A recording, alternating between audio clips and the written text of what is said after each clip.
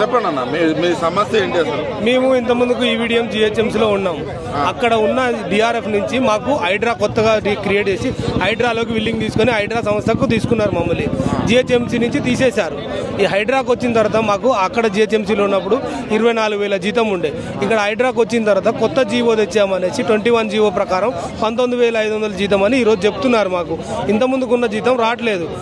గత నెల కూడా ఇలానే జరిగితే ఇలానే అడిగితే లేట్ వేసి జీతం కలిపేశారు. జిహెచ్ఎంసీతో మాట్లాడతాము, మీకు 5,000 తగ్గుతుంది, వాళ్ళతో మాట్లాడి వాళ్ళ తరపు నుంచి మీకు ఫుల్ జీతం వేపిస్తామని చెప్పారు, వేశారు. ఈ నెల ఈ జీతం 19,500 జీతం వేయడం జరిగింది. ఈ రోజు వేయడం జరగడం వల్ల ఇక్కడికి వచ్చారు. రావట్లేదు. మేము బతకడం ఇబ్బంది అవుతుంది కానీ ఇక్కడ రోడ్డు మీద కూర్చున్నాం. ఈ రోజు మాకు ఏ రోజున్నా ఇదే పరిస్థితి ఉంటుంది. ఆ జీతానికి బతకడమే హైదరాబాద్లో చాలా కష్టంగా ఉంది. 22,000 జీతానికి.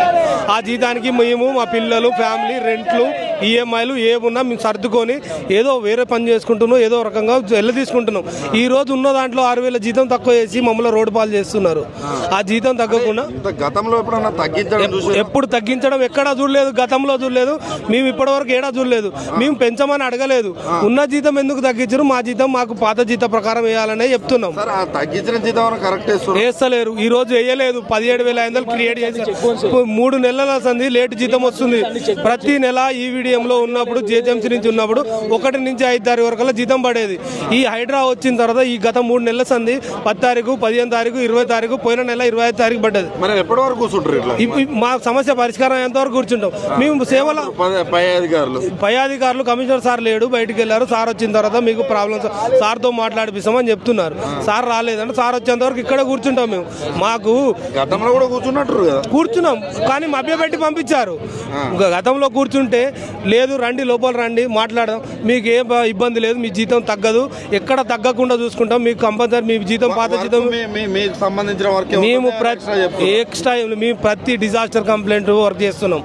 ఈ వర్షం వచ్చినప్పుడు వాటర్ లాగింగ్ పాయింట్లో వాటర్ క్లీనింగ్, ఫ్లడ్స్ చెట్లు పడిపోయిన ట్రీ కంప్లైంట్లు, ఫైర్ కంప్లైంట్లు, డెడ్ బాడీ కంప్లైంట్లు, ఎవరైనా చెరువులో పడి నాలలో పడి 10 రోజులు కుళ్ళిపోయిన శవాన్ని కూడా తీసుకొచ్చినాం. మేము 10 రోజులు 15 రోజులు చచ్చిపోయిన పెట్ ఎనిమల్స్ రెస్క్యూ, ప్రతి డిజాస్టర్ రెస్క్యూ కంప్లైంట్ చేస్తున్నాం. 3 నెలల క్రితం ఎస్ఎల్బీసీకి తీసుకెళ్లారు. 45 రోజులు వర్క్ చేసాం ఆ ఎస్ఎల్బీసీలో. అందులో పోవడం 12 కిలోమీటర్ లోపలికి ట్రైన్లో తీసుకెళ్ళాం. అక్కడ మాకు ఆక్సిజన్ కూడా అందడం లేదు. ఆ లోపల కూడా రెస్క్యూ చేసాం.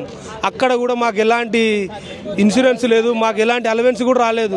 రెస్క్యూ చేసాము, వచ్చాము, ఇస్తామని చెప్పారు. రోజుకు 2,000 ఇస్తారు అలవెన్స్ ప్రకారం. ఒకరొకరు బ్యాచ్ల వైజ్ ఒక్కొక్కరు 10 రోజులు ఎస్ఎల్బీసీ టన్నల్కి, శ్రీశైలం టన్నల్కి అక్కడ కూడా 42 రోజులు రెస్క్యూ చేసి వచ్చాము.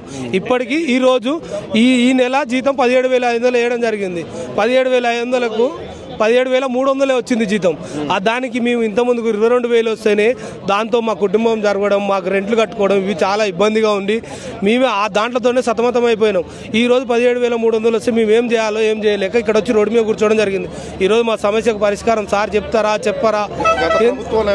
గత ప్రభుత్వంలో ఎలాంటిది ఏం జరగలేదు. పెంచింది 30%. మాకు పిఆర్సీ ఇచ్చి 24,000 చేసింది. 75,000 ఉంటే అప్పుడు గత ప్రభుత్వం. ఆ పిఆర్సీని ఈరోజు మళ్ళీ వీళ్ళు తీసేస్తున్నారు. మాకు ఇచ్చిన 6,000 జీతం ఎక్కువ అయితే ఆ 6,000 కట్ చేసి ఈరోజు 19,500 చేసి 17,500 జీతం వేస్తున్నారు. ఏం చెప్తారు మరి రేవంత్ రెడ్డి?